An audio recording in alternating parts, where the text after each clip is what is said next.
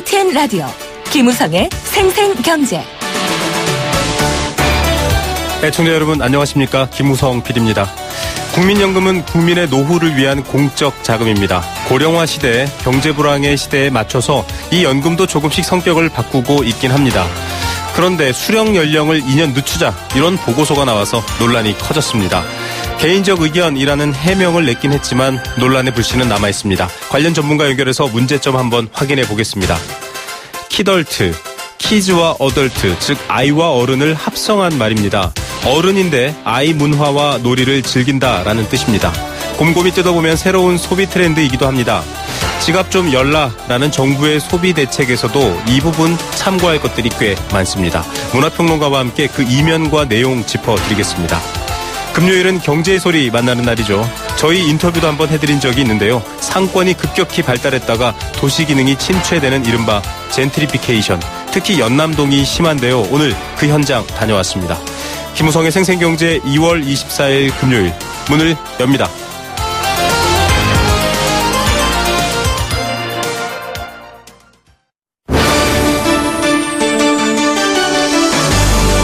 YTN 라디오 김우성의 생생경제.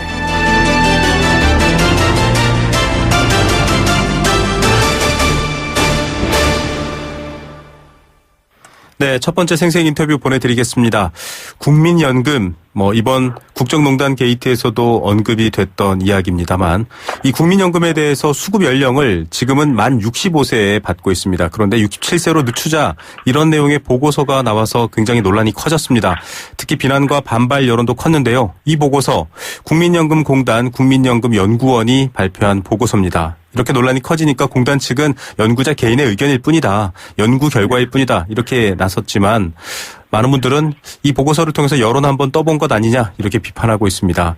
국민연금 매달 정부에 맡겨서 나중에 은퇴 이후 또 나이가 들었을 때 소득이 없을 때를 대비한 돈입니다. 현재 고령화라든지 사회 변화에서는 훨씬 더 필요성이 커지고 있지만 이 부분에 대해서 구체적인 계획이나 또 전망 분석들은 아직 이야기가 각각 다르고요. 제대로 안 돼 있다 이런 지적도 있습니다. 어떻게 봐야 할지 이번 논란에 대해서도 한번 지적해 보겠습니다. 공적 연금 강화 국민행동 정용건 집행위원장 전화로 연결합니다. 안녕하십니까 위원장님? 예, 안녕하십니까. 정용건입니다. 예, 이번에 사실 해명이 나오긴 했는데요. 이 65세에서 67세로 국민연금 수령 시기 늦추자 이야기에 지금 반발이 많이 컸거든요. 어떻게 보십니까? 네.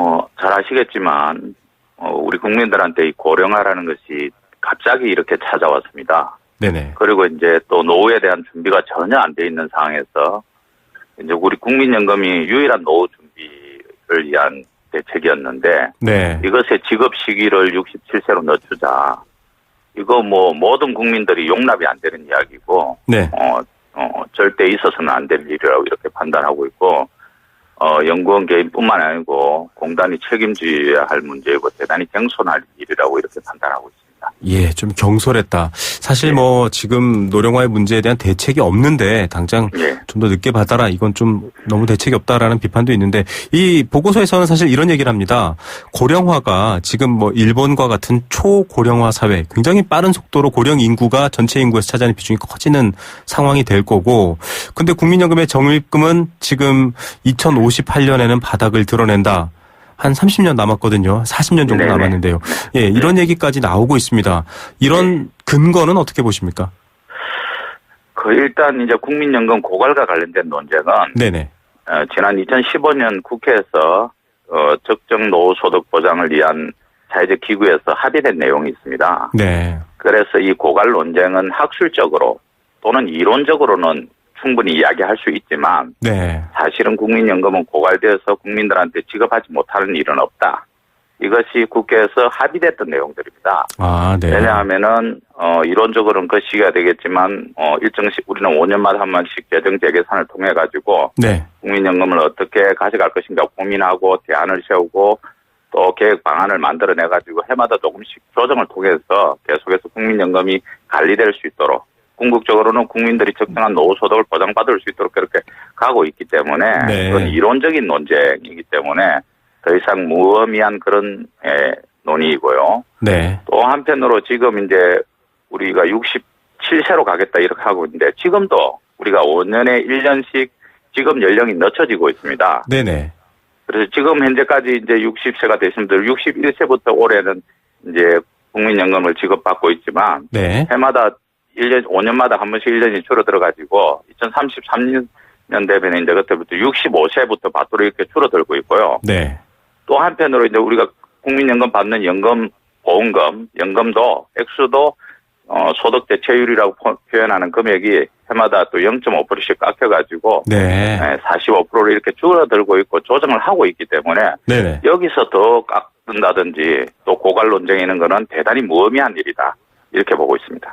이미 변화되는 경제 상황에 맞춰서 연금은 조정되고 있는데 거기다 네. 추가로 지금 더 늦게 받게 하거나 혹은 뭐 고갈 얘기하는 것도 이론적이라는 말씀이 참 와닿는데요. 사실 이건 좀 정치적인 결정이라고 해야 될까요? 그런 부분들이 있지 않습니까? 정치권에서 합의해서 재원을 조금 보조하거나 이런 부분의 영역이지 뭐 일반 민간 연금 상품처럼 오로지 개인이 넣은 돈에 대해야만 엄격하게 계산하는 방식인지 이 두 가지가 좀 헷갈리거든요. 어떻게 보십니까? 예, 우리 이제 국민연금은 일반 사보험하고 달리 자기가 낸 보험료 플러스 이제 또 후세대, 우리 후세대 자녀들이 낸 보험료를 추가해서 받도록 되어 있습니다. 네네. 그래서 일반 사보험보다도 수익비도 훨씬 더 높고, 안정성도 훨씬 더 높습니다. 네. 그래서 사보험과는 이게 비교할 수 없는 그런 수준이고, 네. 이제 국민연금 보험료를 갖다 전 세계적으로 국민이 낸 국민연금 보험금을 지급하지 않는 나라가 존재하지도 않고 있을 수도 없는 것 아닙니까? 네네. 그래서 뭐 고갈된다든지 없어질 거라든지 이렇게 재정만 생각하는 분들과 관련해서는 네. 대단히 우려하는 수밖에 없는 것이고 국민이 노후에 특정한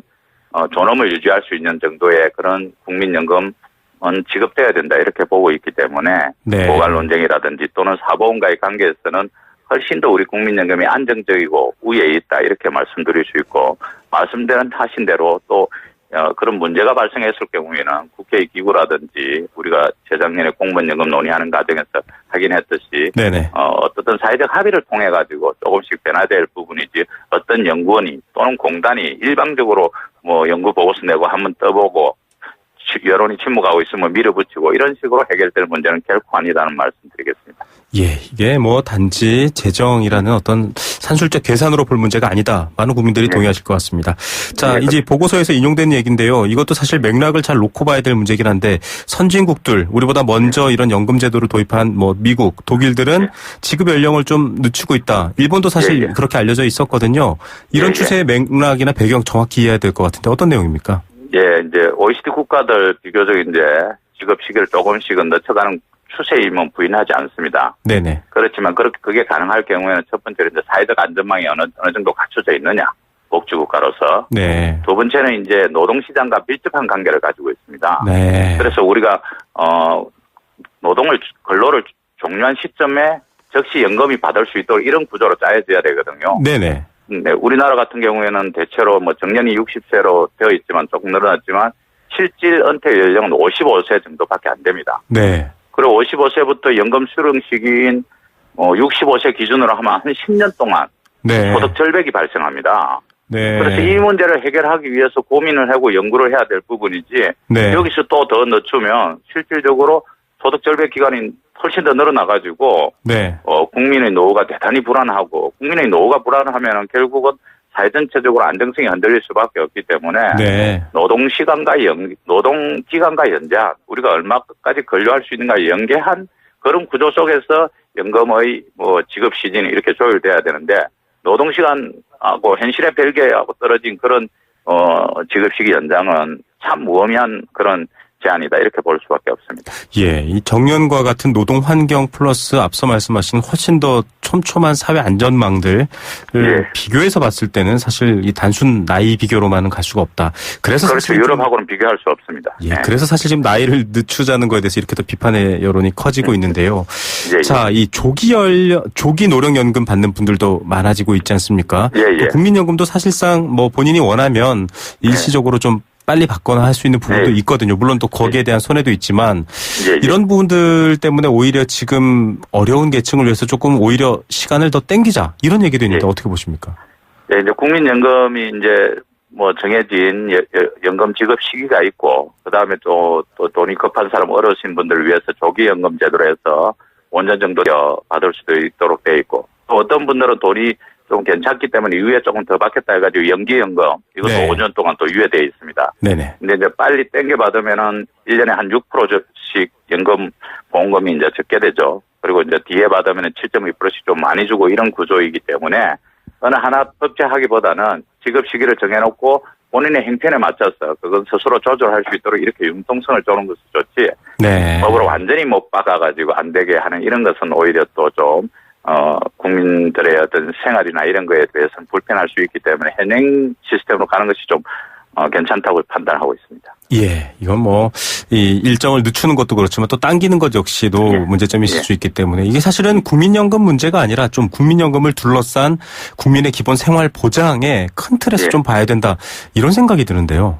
예, 맞습니다. 그래서 결국은 국민연금과 관련된 지금 재정의 문제가 아니고 적정한 노후 소득을 얼마 정도로 할 것인가. 네. 이 그림 속에서 필요하면은 우리가 예를 들어서 보험금, 보험료를 갖다 조금 더 낸다든지 또는 지급시기와 관련된 유연성을 확보하다든지 또 이제 국민연금 보험료 그 상한선을 갖다 좀 높인다든지 이런 다양한 걸 판단할 수 있는데 가장 중요한 것은 노후에 어느 정도 최소한은 소득은 국민연금을 통해서 공적연금을 통해서 보장해줘야 되는가. 네. 두 번째로 또 국민연금 밖에 사각지대에 놓여 있는 분들이 많습니다. 그렇죠. 영세자영업자라든지 또는 비정규직 근로자라든지 이런 분들을 갖다가 어떻게 또 국민연금 안으로 제도적으로 끌어들일 것인가. 이 문제와 관련해서도 큰 그림 속에서 논의돼야 되고 그래서 우리가 단발성으로 어떤 제도 하나를 도입하기보다는 사회적 기구라든지 이런 걸 통해 가지고 국회에서 여야 또는 이제 당사자인 노동자들 이야기 또는 좀 보험료의 절반 정도 내고 있는 직장에서는 자본의 이야기 이런 것들을 충분히 다 모아서 심도 있게 논의해서 돼야 될 문제이지 단발성으로 이렇게 처리될 수도 없고 이제 처리되기엔 너무도 국민연금의 역할이나 기능이 훨씬 더 커졌다고 이렇게 보고 있습니다. 예, 더 제도적인 면에서는 해외 사례들을 보면, 현재 세대가 노후 세대를 부양하는 방식도 있고, 우리나라처럼 자기가 낸 돈과 또 후대의 돈을 합치는 경우도 있고, 위원장님 말씀하시는 것처럼 더 큰 틀에서 봐야 될 것 같고요. 문제가 그렇습니다. 됐던 부분이 사실 지금도 얘기하셨지만, 그렇다고 무조건 국가의 돈, 재정으로만 할 수가 없기 때문에, 국민들이 돈을 맡기는 건데, 투명성 문제. 이걸 제대로 수익을 내서 살림을 키워서 국민들의 노후를 보장하는 데 쓰이느냐에 대한 문제가 사실 지금 그렇습니다. 의심받고 있거든요. 이 사실은 지금 삼성물산과 제일모직 합병 건 가지고도 국민연금 많이 혼나고 있지 않습니까? 그렇습니다. 지금 당장 국민들이 대다수가 요구하는 것이 빨리 삼성에 가서 돈 받아오라는 겁니다. 네. 4,900원 손실난 거 그거부터 받아올 일이지 무슨 지금 지급 시기를 갖다가 늦춘다는 이런 논의하는 거 국민연금공단이 정신이 있나 없나 연구원이 정신이 있나 없나 이렇게 지금 이야기될 정도로 국민들이 대단히 분노하고 있는 문제입니다. 그래서 국민연금이 국민들에게 사랑받고 안정적이고 지속적인 연금으로 되기 위해서는 말씀하신 대로 투명성을 어떻게 확보해 나갈 것인가. 또 한편으로는 이 정치 권력이나 또는 자본으로부터 어떻게 독립성을 유지해 나갈 것인가. 이것을 잘 짜야 되는 것이고 이제 그 핵심적인 부분에 그래서 가입자 중심에 국민연금 보험료를 내는 노동자들, 국민들, 서민들 중심으로 한 민주적인 어떤 거버넌스를 짜고 그것을 투명하게 만들어서 국민들한테 상시적으로 보고하고 우리 국민연금이 이렇게 진행되고 있고 앞으로 이렇게 나갈 것입니다. 이걸 갖다가 소통하는 구조로 이렇게 만들어 나가야지 제대로 된 국민연금이 노후에 제대로 된 기능을 하게 될 것입니다. 예, 이미 국내 주식시장에도 100조 넘게 돈이 들어와 있지 않습니까? 국민들의 돈이죠. 국민연금공단의 돈이 아니라 국민 여러분의 돈이 들어와 있는데 결국은 계속 소통해서 좀 이 상황을 투명하게 공개하고 설득해 나가는 과정이 필요하다. 이렇게 보시는 거죠. 그렇습니다. 자, 국민연금의 재정적 건전성을 위한 국민연금이 아니라 정말 국민들의 행복을 위한 국민연금이기를 바라는 마음 오늘 또 느낄 수 있었습니다. 오늘 말씀 감사드립니다. 고맙습니다. 공적연금 강화 국민행동의 정용권 집행위원장이었습니다. YTN 라디오 김우성의 생생경제. 네, 함께 느끼는 우리 경제 공감사전입니다. 함께 인터뷰하면서 여러 가지 이야기들, 생각들 드실 텐데요. 여러분들의 생각도 함께 나눠보겠습니다. 의견 보내주시면 추첨을 통해서 도심 속 꿈의 놀이터 일산 원마운트 워터파크 이용권 드리고 있습니다. 1683년 300년 커피 문화와 전통이 있는 비엔나 커피하우스에서 원두커피 선물로 드리고 있고요. 2017년 정동극장 정동 시리즈 신작 적벽 판소리와 춤이 함께하는 공연인데요. 티켓 선물 오늘까지 의견 보내주신 분들 중에 선정해서 보내드리겠습니다. 단문 50원, 장문 100원의 정보 이용료 부과되는 샵 0945번 문자로 참여할 수 있습니다. 오늘의 경제 공감사전, 앞서 인터뷰에서 등장한 국민연금입니다. 국민연금은 가입자가 퇴직 등으로 소득이 중단됐을 때 일정 나이 이상부터 연금을 통해서 소득을 보장하는 제도를 국민연금이라고 합니다.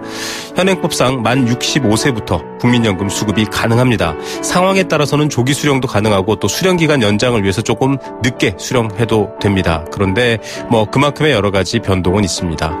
최근엔 경기가 어려워지고 일자리를 찾지 못하는 노년층들이 많아지면서 연금 조기 수급 움직임도 두드러지고 있습니다. 이런 상황에 앞서 인터뷰에서도 지적했듯이 국책연구기관이 연금 수급 연령을 늦춘다라고 얘기해서 논란이 커졌었습니다. 여러분은 국민연금에 대해서 어떻게 생각하고 있습니까? 또 이 국민연금을 둘러싼 이야기에 대해서 하시고 싶은 말씀이 있다면 함께 나누고 싶습니다. 여러분들의 의견도 기다리고 있겠습니다.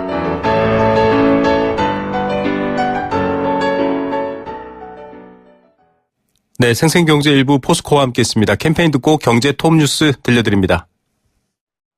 YTN 라디오 캠페인.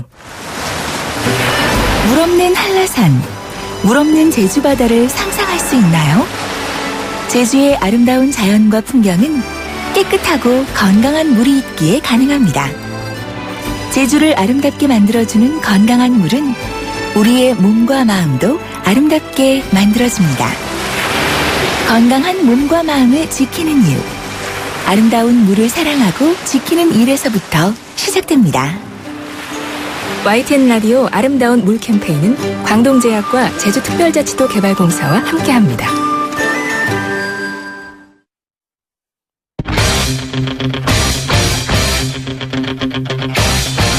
지금 가장 뜨거운 경제 소식. 경제 톱 뉴스. 네, 이 시각 주요 경제 뉴스입니다. 통계청이 여러 자료를 발표하는데요. 실제로 가계소득이 좀 줄어들고 있다. 이런 자료도 나왔습니다. 첫 번째 소식으로 전해드리겠습니다. 양극화 현상이 점점 심해진다, 이런 얘기가 나오고 있는데요. 그 지표들도 공개가 됐습니다. 오늘 뉴스에서 알려드리겠습니다. 이 시각 경제 톱뉴스 이데일리 권서연 기자 연결합니다. 안녕하십니까? 네, 안녕하세요. 네, 참 말로는 먹고 살기 힘들다 이렇게 얘기를 하지만 그 증빙 자료를 보기는 어려운데 실제로 소득 증가율이 둔화됐다고 이런 소식이 나왔네요. 네, 오늘 통계청이 발표한 가계 동향 자료를 보니까 지난해 연간 가구당 월 평균 소득은 439만 9천 원이었습니다. 이게 전년보다 0.6% 늘어났는데 그친 건데요. 이 증가폭이 2015년에는 1.6%였는데 이게 반토막도 더 난 겁니다. 네. 관련 통계가 작성되기 시작한 2003년 이후 가장 낮은 수준이고요. 가구 소득 중에서 가장 큰 비중을 차지하는 게 바로 월급, 그러니까 근로소득인데요. 지난해 가구당 월 평균 근로소득은 294만 8천 원이었습니다. 전년보다 1% 늘어난 거거든요. 네. 그 전년에는 이제 1.6% 증가했는데 0.6%포인트 낮아진 겁니다. 저금리 때문에 요즘 재테크하기 참 어렵다, 이런 얘기 많이 하는데요. 월 평균 재산 소득도 16만 1천 원을 기록해서 전년보다 무려 18.4% 줄었습니다.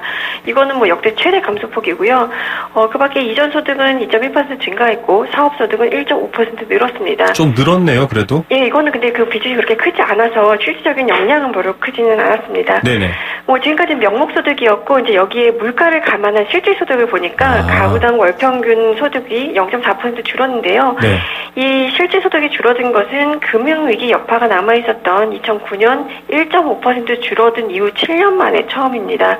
가처분 소득 증가세도 둔화가 됐는데요. 이 가처분 소득이라는 것은 소득에서 세금이나 연금, 보험료 같이 이제 지출하기 전에 이제 자동으로 빠져나가는 부분, 네. 그걸 빼고 실제로 이제 내가 지출할 수 있는 금액을 말하는데 지난해 가구당 월 평균 가처분 소득을 보니까 358만 8천 원이었습니다. 이거는 전년보다 0.7% 늘어나는 건데요. 관련 통계 작성 이후 가장 낮은 증가율을 기록했던 2009년과 같은 수준입니다. 예, 실제 소득으로 봤을 때는 오히려 줄어든 면이 있다. 아무래도 들어오는 돈이 적기 때문에 이런 현상이 벌어지는 거겠죠? 네, 그렇습니다. 그러니까 지난해 가계 소비 지출을 보니까 이제 사상 처음으로 마이너스를 보였는데요. 가구당 월 평균 소비 지출은 255만 원이었는데 1년 전보다 0.5% 감소한 겁니다. 물가를 감안한 실질 월 평균 소비 지출은 1.5% 줄었는데요. 이 가처분 소득에 비해서 얼마나 소비를 했나라는 걸 볼 수 있는 이제 평균 소비 성향이라는 지표가 있는데요. 네. 이거는 71.1%로 나왔습니다. 전년보다 0.9%포인트 하락한 건데 5년 연속으로 최저치를 갈아치운 겁니다. 그만큼 이제 안 썼다는 얘기인데요. 지난해 4분기 평균 소비 성향은 69.7%를 기록해서 분기 기준 역대 최저이자 사상 처음으로 60%대로 내려앉았습니다. 뭘 이렇게 줄였나 보니까 교통비를 4.3% 줄였고요. 네. 주거, 수도, 광열 지출비도 1.6% 줄였습니다. 이거는 유가가 하락했으니까 좀 줄었다라고 볼 수 있는데요. 실제로 먹고 입는 비용도 좀 아꼈습니다. 식료품 및 비주류 음료, 그리고 의류 및 신발 지출액이 1에서 2% 정도 줄었고요. 통신비도 휴대전화 바꾸는 주기를 좀 늘려서 그런지 2.5% 떨어졌습니다. 반면에 담배나 술에 지출한 돈은 5.3% 늘었는데요. 삶이 좀 팍팍하니까 네. 담배와 술을 부르는 상황이다. 이런 해석도 있고요. 또 2015년에 담배가 몰렸잖아요. 네네. 그런 영향도 좀 있었습니다. 일단 소득이 별로 늘지 않았으니까 지출을 줄인 경향도 있고, 또 지금 불확실성이 상당하잖아요. 네네. 트럼프 미국 대통령 당선으로 무역주의 이런 거 부상하면서 우리나라 수출에 대한 우려가 좀 많은 상황이고, 또 최순실 국정농단 때문에 국정이 제대로 돌아가지 않는 상태니까 이렇게 불안한 상황에서는 좀 지갑을 열지 말아야겠다 이런 생각하는 분들이 많은 것 같습니다. 예, 그래서 어제 정부도 지갑 좀 여세요라고 했는데 반응은 싸늘했습니다. 양극화 현상도 이런 경우에는 더 심화되는 방향으로 가는 걸까요? 네, 2008년 금융위기 이후에 분배 지표가 매년 개선되는 추세였는데요. 지난해에는 다시 악화됐습니다.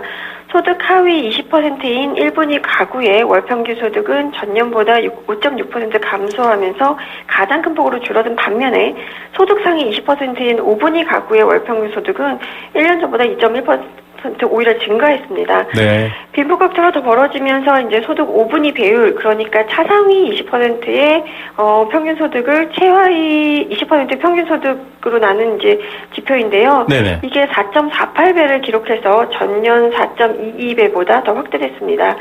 이 수치는 2008년에 4.98배를 기록했거든요. 그 이후로 이제 매년 떨어졌는데 8년 만에 다시 이제 확대된 겁니다. 문제는 일자리인데요. 주로 소득 기반이 약한 저소득층이 일자리를 구하는데 어려움을 겪으면서 이 소득 격차도 확대된 것으로 보입니다. 예, 양극화도 역시 소득과 관련이 깊군요. 오늘 나온 소비 심리 지표는 소폭 반등했던데요. 이건 어떻게 해석해야 될까요? 네, 오늘 한국은행이 내놓은 2월 소비자 동향조사를 보니까 2월 소비자 심리지수가 94.4로 이제 전월 대비 1.1포인트 상승했습니다. 네네. 이 지수가 상승한 거는 지난해 10월 이후 4개월 만인데요. 소비자 심리지수는 이제 100을 기준으로 그거에 못 미치면 이제 비관적이다. 그거보다 넘으면 이제 낙관적이다라고 보는데요. 일단 100을 못 넘었으니까 여전히 소비 심리는 좀 부정적이다라고 볼 수 있습니다. 실제로 금융위기 여파가 있었던 2009년 3월 이후 가장 낮은 수준을 계속 유지하고 있는 상황이라서 심리가 여전히 바닥인 것은 맞는데요. 다만 소폭 반등했으니까 이제 추가적으로 소비가 얼어붙지는 않을 것이다라는 기대가 나오고 있습니다. 일각에서는 최근에 수출 회복세가 소비에 조금씩 좀 긍정적인 영향을 주고 있는 것 아니냐 이런 해석도 나오고 있습니다. 네. 자, 정경련 회장 어떻게 될 것이냐 관심이 많았었습니다. 근데 허창수 회장이 유임 계속하다 이런 얘기가 나왔네요. 네, 요즘 정경련 최대 위기를 겪고 있죠. 새로운 수장을 구하기가 힘들었었는데 허창수 회장이 다시 맡기로 하면서 일단 회장을 구했습니다. 정경련은 오늘 오전 9시께에 허 회장이 정경영 회장을 세 번째로 연임하기로 했다라고 밝혔는데요. 이 미르와 K스포츠 재단 기금 모금책이었던 이승찬 상간부 회장이 물러난 자리에는 권태신 한국경제연구원 원장이 오기로 했습니다. 지금 이런 사태를 수습하기에는 정경련을 좀 잘 아는 인물이 적합하고 그러기에는 이제 기존 허 회장이 적당하다라는 결론에 이르렀다라는 게 이제 정경련 서명인데요. 네. 사실 허 회장도 임기가 끝나면 회장직을 그만두겠다라는 입장을 고수했었는데 일단 회장단이 여러 번 설득하면서 선거초를 했고 결과적으로 이제 마음을 돌렸다고 합니다. 허 회장은 GS그룹 회장이기도 한데요. 네. GS그룹이 10대 그룹에 속하니까 그나마 정경련의 추락을 좀 최소화할 수 있지 않을까 하는 기대가 나옵니다. 허 회장은 취임 시기를 하자마자 이제 정경련 쇄신에 드라이브를 거겠다라는 계획인데요. 어떻게 정경련이 바뀔지는 좀 지켜봐야 될 것 같습니다. 예, 오늘의 톱뉴스 어떤 것 고르시겠습니까?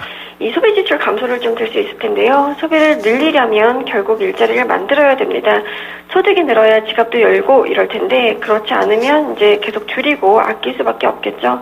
정부도 일자리 예산을 조기에 집행하고 청년 실업률을 해소할 수 있는 좀 정교한 일자리 대책을 마련해야 될 것 같습니다. 예, 정교한 대책에 또 많은 분들이 공감하실 것 같습니다. 오늘 뉴스 감사드립니다. 네, 고맙습니다. 이데일리 권소연 기자였습니다.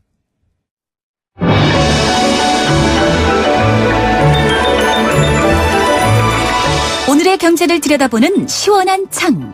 YTN 라디오 김우성의 생생경제 생생 인터뷰.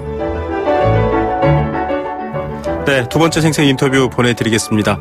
어제 내수 소비 진작책 나왔고요. 생생경제 인터뷰도 뉴스로 나갔습니다. 많은 분들이 관심을 보여주셨습니다. 감사드립니다. 돈 자체가 없는데 돈 쓰라고 시간 주는 게 무슨 소용이냐, 이런 내용의 인터뷰였죠. 그런데 돈이 없어도, 시간이 없어도 돈을 쓰는 사람들이 있습니다. 밥 한 끼 아껴 먹고 그렇게 모은 돈으로 장난감을 사는데요. 100만 원이 넘는 장난감도 있습니다. 이렇게 확산되는 문화를 키덜트 문화라고 합니다. 좀 어려운 용어 같긴 하지만 새롭게 즐기는 이미 많이 확산되고 있는 현상이기도 합니다. 전문가와 함께 새로운 소비 동력으로서 또 새로운 소비 형태로서 조금 더 확산되고 있는 이 키덜트 문화 한번 점검해 보겠습니다. 문화평론가 김성수 선생입니다. 안녕하십니까? 안녕하세요. 김성수입니다. 네, 오늘 뉴스에서도 지금 화제가 되고 있는데 키덜트 시장이 계속 커진다. 과거에는 일부 마니아층이었는데 이젠 점점 확대되고 있다, 이런 얘기가 나옵니다. 먼저 키덜트에 대해서 좀 잘 알아야 될 것 같은데요. 이게 왜 이런 문화에 열광하는 거죠? 일단은요. 네. 장난감에 노출되어 있던 사람들이 네. 많아지기 때문에 그렇습니다. 그러니까 실제로 예전에는 아이들도 장난감을 거의 갖고 놀지 않았습니다. 네네. 저도 어렸을 때는 제 동생들하고 네. 딱지치기하고 기껏 해봤자 이제 골목 뛰어다녔죠. 야구 이러면서 뛰어놀았거든요. 네네. 그런데 이제 장난감이라고 하는 것이 본격적으로 들어와서 이제 정착이 된 게 70년대 말 80년대 초서부터거든요. 네네. 그 이후서부터 이제 우리의 경제가 아주 크게 성장을 하면서 장난감은 보편화되기 시작했죠. 네. 장난감이 없이는 이제 아이들이 놀지 못하는 것처럼 됐습니다.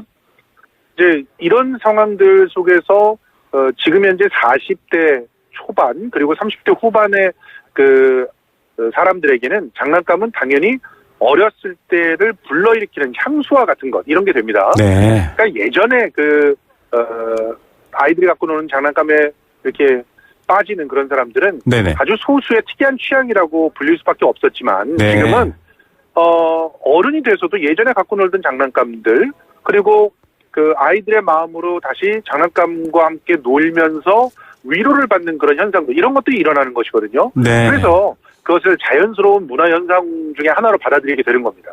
예, 이게 참 고급화되게 됐는데 지금 선생님 말씀하신 걸 들어보면 이건 결국 좀 세대의 어떤 변화, 어떤 세대가 부각되고 돈을 쓰는지에 대한 것도 관계되어 있다, 이렇게 지금 설명해 주셨는데요. 봤더니 레고, 피규어, 드론, 요즘 이런 것들 많이 알려지고 있는데 가격이 100몇십만 원짜리도 훌쩍 넘는 게 많더라고요. 이 어른은 물론 애들은 당연히 꿈도 못 꿀 가격인데 돈을 여기다 쓰거든요. 이런 행동들, 배경 어떻게 해야 하면 좋을까요? 그러니까 역으로 아이들이 사는 경우는 없습니다. 사실 장난감을 아이들이 직접 사는 경우가 굉장히 적습니다. 네네. 그러니까 어른들이 사서 아이들에게 주는 거죠. 네. 그래서 이제 장난감을 만드는 회사들은 먼저 아이들의 마음을 훔치고 그다음에 어른들의 지갑을 훔치는 거였는데요. 네네. 이제는 아예 어른들의 마음과 지갑을 함께 훔치는, 그러니까 키덜트라고 하는 이름의 또 다른 마케팅을 펼치고 있는 겁니다. 네. 실제로 최근에 장난감의 어떤 변화의 형태들을 갖다 보면 네. 굉장히 정교하고 고급화되는 그런 경향들을 많이 보이고 있거든요. 네. 물론 아이들도 정교하고 고급한 그런 장난감을 갖고 놀 수 있겠지만 사실 그런 장난감들이 아이들이 갖고 놀다가 깨지거나 부서지거나 한다면 네. 누가 그걸 감당할 수가 있겠습니까? 그렇죠. 그러니까 결과적으로 그런 장난감들은 일정 정도 자기를 통제할 수 있는 나이가 되어야 갖고 놀 수가 있는 거거든요. 네네. 그러면 상대적으로 청소년 이상 더 말해서는 어른들을 겨냥해서 그런 장난감들을 만들고 있다고 볼 수 있고, 그 어른들의 구매력이 없다면 그런 장난감들이 아예 시장에서 나올 수가 없다, 이렇게 볼 수가 있습니다. 특히나 드론과 같은 그런 장난감들은 뭐 갖고 노는다는 측면에서는 아이들의 마음을 이렇게 공략한 거겠지만, 실제로 그 드론이 조작되고 그리고 또 관리하고 그리고 그 드론을 통해서 얻는 만족감들이나 이런 것들을 보면, 그리고 그것이 확장해 나가는 그런 것들을 보면 어른들 중에서도 특별하게 그것을 취미로 삼아서 계속적으로 거기에 꾸준히 시간을 투자하는 사람이 아니면 제대로 즐길 수가 없거든요. 그런 측면에서 확실하게 어른들을 위한 장난감이 대세다, 이렇게 볼 수가 있겠죠. 예, 아이들의 마음을 뺏고 어른들의 지갑을 뺏는다가 아니라 어른들의 마음과 지갑을 같이 뺏는다.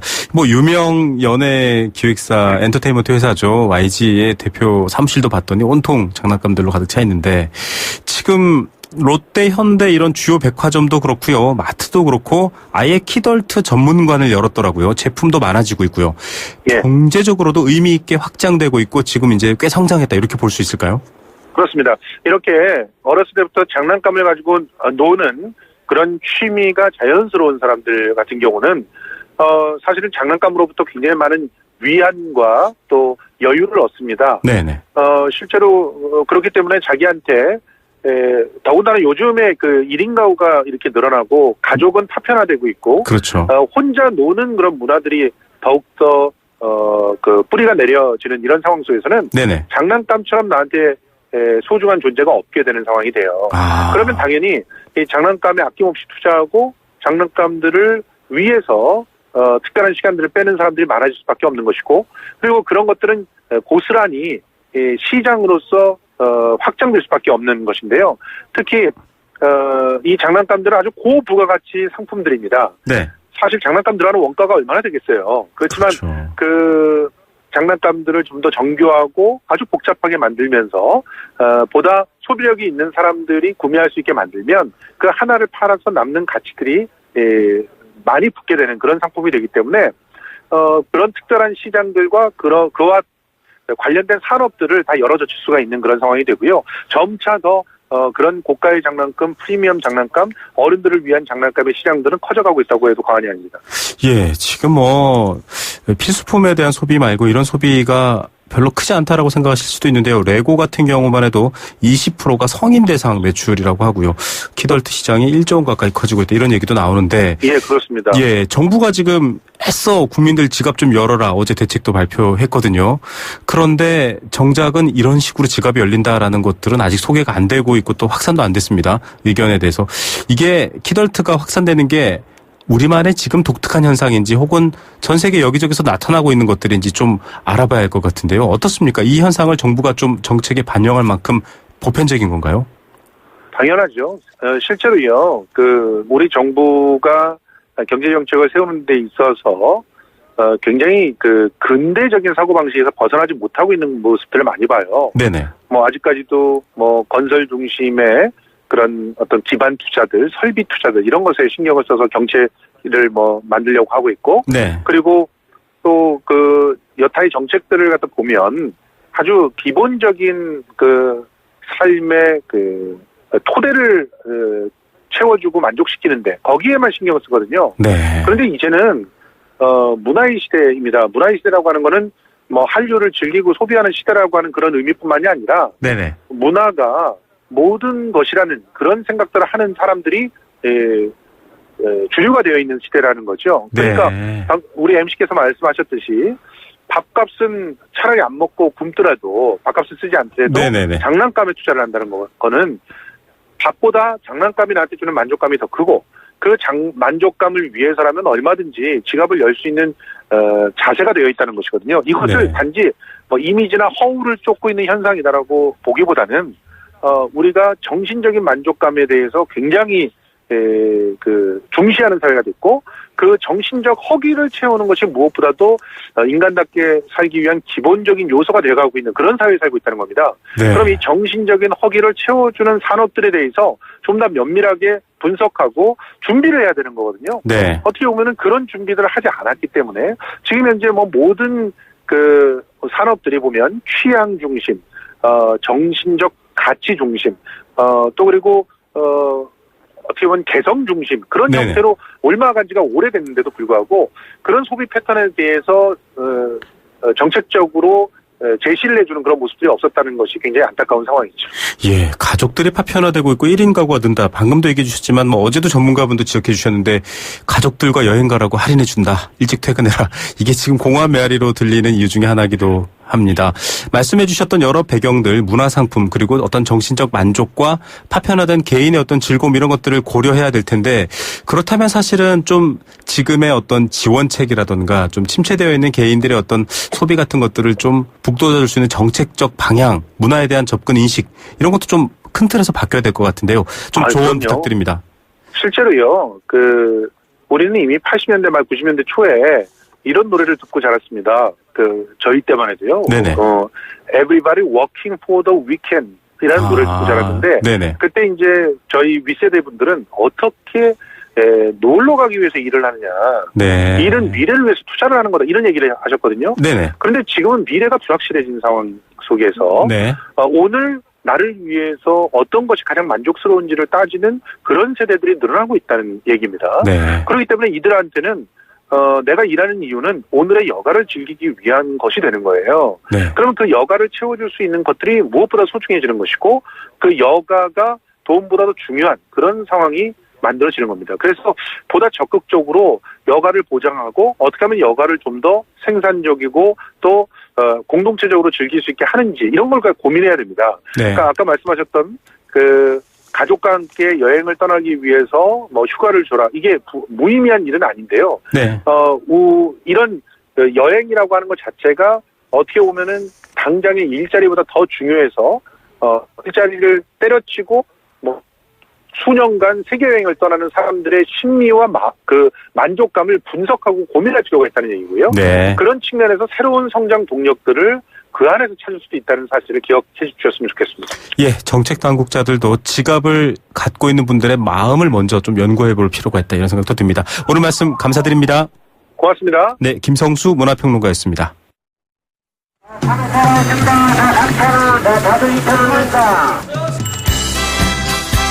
우리 삶의 경제 현장을 들려드립니다. 생생경제, 경제의 소리. 네, 지금 방송을 듣고 계신 애청자 여러분들께서는 라디오 방송을 듣고 계시죠. 눈으로 보이지는 않습니다.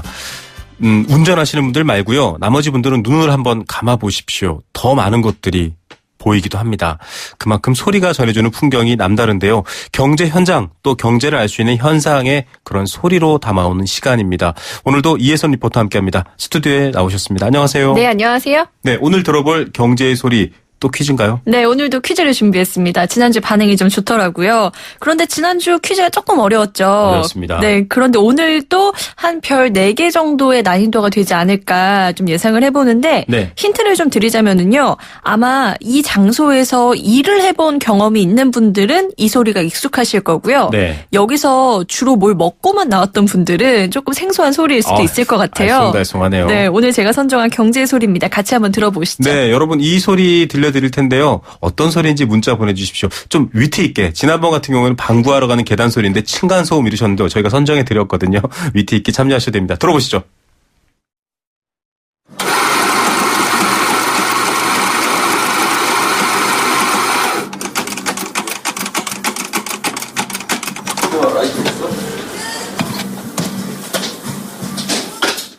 여기까지입니다. 이 아침에 주로 듣게 되는 소리 같기도 하고요. 저는 무슨 소리인지 알 것 같긴 한데. 네, 저는 오후에도 듣고 저녁에도 듣습니다. 요즘은 시간 가리지 않고 이 소리 많이 들리죠. 네, 어떻게 지금 정답 발표해 드릴까요? 네, 일단은 정답은 조금 있다가 조금 있다가. 예, 네, 자. 이 소리가 난 곳이 연남동입니다. 연남동. 네, 네. 연남동에서 녹음을 해온 소리인데요. 그런데 이게 소리가 좀 안타까운 소리예요. 제가 한 가게에서 이 소리를 녹음을 했는데 네. 이 가게가 이번 달까지만 장사를 하고 문을 닫을 예정입니다. 네. 규모도 좀 작고요. 좀 굉장히 아기자기하게 운영하는 가게인데 장사를 한 지는 한 3년 정도 됐다고 하더라고요. 예. 자, 이 소리 들으신 분들 향이 좋다 이런 생각하시면 또 하나 될 것 같은데 연남동 뜬다고 했잖아요. 네. 굉장히 뜨고 땅값도 실제로 비싸고요. 네. 3년이나 되고 거기 사람들도 많이 오고 가는데 왜 문을 닫는 거죠? 우선은 장사가 잘 안 된다는 게 첫 번째 이유입니다. 네. 사실 연남동에 요즘 공원도 생겼고요. 예쁜 카페들도 계속 들어오고 젊은 층이 모이면서 유동인구는 굉장히 많이 늘어났는데요. 네네. 그런데 실질적으로 가게에서 소비를 하는 사람들은 크게 늘어나지 않았다고 합니다. 네. 그래서 요즘 이 연남동은요, 한 달이 멀다 하고 수많은 가게들이 문을 닫고 또 새로운 가게가 문을 열고 있습니다. 이곳을 운영하는 서화연 씨의 이야기 잠시 들어보시죠. 네. 사실 이 골목을 아시는 분들이 별로 없었어요. 왜냐면은 커피를 굉장히 맛있는지, 뭐 태국에서 유명한지 이런 데가 사실 유명해진 거지, 공원이 생기면서 이게 바뀐 거예요, 사실은. 지금 보시면 대형으로 계획하고 그런 사람이 굉장히 많이 오잖아요. 브랜드 네임도 딱 되면 알만한 것들이 지금 계속 들어와요. 제가 3년 동안 장사를 하면서 저희 옆 건물도 지금 2번째 바뀐 거고, 저희 옆에 같은 건물에 있는데 지금 4번째 바뀐 거예요. 더 슬픈 건 사실 3년 전에는 저희 가게 바로 옆에는 사실은 음식점이나 뭘 판매하시는 곳이 아니었어요. 본업에 충실할 수 있는 어떤 터전 같은 걸로 준비가 돼 있었는데 그런 게 다 나가고 점점점 이제 정말 소비할 것밖에 없는 골목으로 바뀌고, 그리고 제일 슬픈 건 사실 연남동이 그렇게 가게세가 비싸지는 않지만 색깔 있는 친구들이 많아서 연남동 지하에 음악하는 친구들이 되게 많았어요. 저희 지하도 사실 음악 작업실이었는데 네. 나가시고 지금 바가 들어와 있어요. 이 목소리에서도 이미 표정이 다 보이시죠, 여러분? 눈을 감으면 더 많이 보인다고 했는데 다 보입니다. 지금 네. 8012님 미싱 소리. 어떤 향기로운 옷감을 짜고 있는 소리일까요? 네. 아유, 좋네요. 7232님 짜장면 시키신 분? 오. 네. 철가방 느낌도 있었어요. 창의력이 예. 어마어마하신데요. 이 정도면 아실 것 같은데요. 정답은 그래도 계속 받겠습니다. 예, 바리스타 냄새가 여기까지 나네요. 네, 아유. 정답을 알고 계시는 분인가 그러니까요, 봅니다. 예, 바리스타. 자, 이게 동네가 상가 위주로 바뀌면 잘 되는 것 같거든요. 뭐 땅값도 올라가고 사람도 많이 왔다 갔다 하면서 좋을 것 같은데 정작 거기 살고 있는 사람들은 다른 곳으로 내몰린다. 이게 저희가 지난주에 인터뷰를 해봤습니다. 젠트리피케이션 이렇게 네. 뭐 영어로 표현을 했는데 네. 직접 얘기를 들으니까 심각하네요. 제가 인터뷰를 하면서 이제 연남동의 골목들을 한번 쭉 돌아봤는데요. 네. 연남동이 좀 특이한 점이 있습니다. 경의선 숲길 공원을 따라서 이제 쭉 들어가는 길이 있는데 이 공원 바로 옆에는 한 90% 이상이 다 상가 건물이에요. 네. 그런데 여기서 딱 한 블록만 안으로 들어가면 거기는 또 주택들이 쭉 있더라고요. 예, 사실은 이 젠트리피케이션 지난주 방송 들으신 분들은 알겠지만 유독 주거 지역만 골라서 심화된다라는 게 바로 서울의 특징이다, 또 문제다, 이런 얘기를 했습니다. 그렇습니다. 그래서 지금은 즐비한 상가 건물 사이에 주거 용도로 사용하는 주택이 딱 하나 이렇게 덩그러니 들어가 있는 그런 신기한 풍경도 좀 볼 수 있었는데요. 네. 연남동에서 오랜 기간 거주하던 분들도 요즘은 바깥으로 점점 이동하는 추세라고 합니다. 네. 연남동에서 공인중개사를 운영하는 박창규 씨의 이야기 잠시 들어보시죠. 지금 상권을 개발한 1세대가 나가고 2세대들이 지금 들어오는 분위기. 그래서 지금 매매가 같이 동시에 진행을 하다 보니까 매매 가격이 올라가면은 임대 가격도 같이 올라가게 되잖아요. 일반 음식점들, 그다음에 카페들은 그냥 못 버티고 나가는 분들이 있고, 그 주거 지역에서는 이동하는 분위기죠. 주로 이동하는 사람들은 기존에 살았던 세입자들이고, 지주들, 집을 갖고 있던 임대인들은 뭐 시끄럽다고 불평을 하지만 나중에는 집값이 올라가니까 오히려 더 좋은 현상이에요. 제가 봤을 때 너무 빨리 변하는 거는 조금 문제가 있어요. 문제가 있는데 상권이라는 게 살아서 움직이는 생물 같아요. 어디가 좀 잘 된다고 하면 너도 나도 다들 몰리고 조금 느슨하게 좀 가야 되는데 네. 좀 상권이 확 갑자기 떴죠. 연남동 공인중개사 운영하시는 박창규 씨 얘기. 살아있는 생물 같다는 얘기는 원래 정치에다가 하기도 하는데요. 예, 참 네. 여러 가지 분위기입니다. 좀 실감이 안 나는데, 예. 동네가 확 바뀌었다. 바뀌고 네, 있죠. 이런 네. 얘기가 있었는데요. 보통 한 골목에 3군데 이상은 다 리모델링 공사를 하고 있습니다. 리모델링 공사. 네. 네, 아예 건물을 통째로 뒤집어 엎는 경우도 있고요. 네네. 또 기존에 장사를 하고 있던 혹은 집을 가지고 있던 사람에게 권리금을 얼마 주겠다 이야기를 하거나 임대인에게 내가 세입자로 들어오면 임대료를 얼마 더 줄 수 있다. 좀 이런 말도 오고 가는 상황이라고 하는데요. 네. 이 연남동에서 거주하고 있는 분들은 이 연남동 동네 분위기 어떻게 생각하고 계시는지 그 얘기도 한번 들어보시죠. 네. 85년부터 있었으니까 분위기가 많이 바뀌었죠. 옛날에 계시던 그런 주민들이 다 나갔어요. 정이 넘치는 그런 게 많았었는데 지금은 뭐 동네 누군지 이렇게 그런 것도 잘 모르고 주위 상권도 많이 또 변하고, 그래도 저도 이제 다른 데로 가야 되는가. 여기가 전에는 정말 주택가였고 형편없는 동네인 걸 알고 있었거든요. 많이 좀 이렇게 번화가 되면서 옛날 정치 같은 건 아예 없어지는 상황. 발전되는 거요. 저는 뭐 괜찮은 것 같아요. 저는 성산동에 한 10년, 15년, 20년 가까이 사는데 그때도 그런 얘기 했었거든요.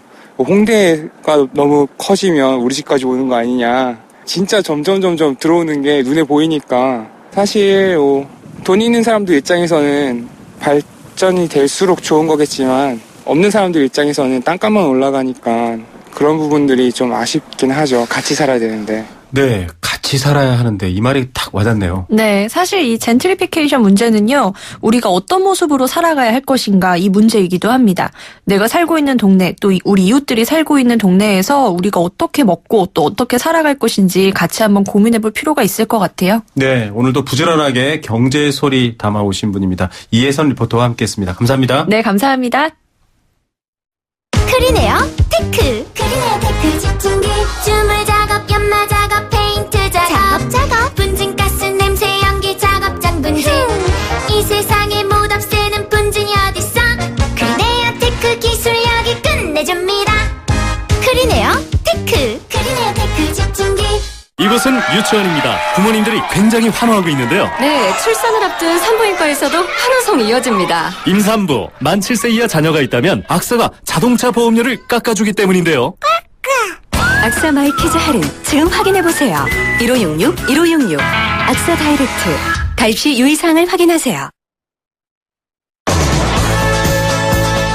네, 생생경제 포스코와 함께했습니다. 1399님은요. 30년 전 직장에서 작은 의무감으로 국민연금 냈는데 지금은 참 큰 기쁨입니다라고 했습니다. 예, 그만큼 중요합니다. 앞으로 납부 좀 열심히 할 수 있도록 정부도 좋은 대책 얘기해 주시기 바랍니다. 오늘의 이 경제의 소리 퀴즈 재미있는 정답이 많네요. 커피콩 찻집이요. 로스팅 커피 내리는 소리입니다. 예, 커피 가는 소리 정답 많이 주셔서 감사드립니다. 저 커피 주시면 안 될까요? 예, 이런 얘기 하시는 분도 계셨고요. 짜장면 시키신 분은 후식으로 커피. 예, 문자는 끝까지 읽어야 합니다. 의견 주신 여러분들 감사드리고요. 인쇄물 제작수도 독특합니다. 어쨌든 같이 사는 소리 기대하시기 바라고요. 7232님께 커피 선물 드리고요. 적벽 공연 티켓은 1035님, 9414님, 원마운트 티켓은 9848, 7446 쓰시는 님께 드리겠습니다. 금요일까지 생생경제 함께해 주셔서 감사드리고요. 주말엔 뉴스의 뮤직 들어주시고요. 월요일 3시 10분에 다시 찾아옵니다. 김우성의 생생경제였습니다.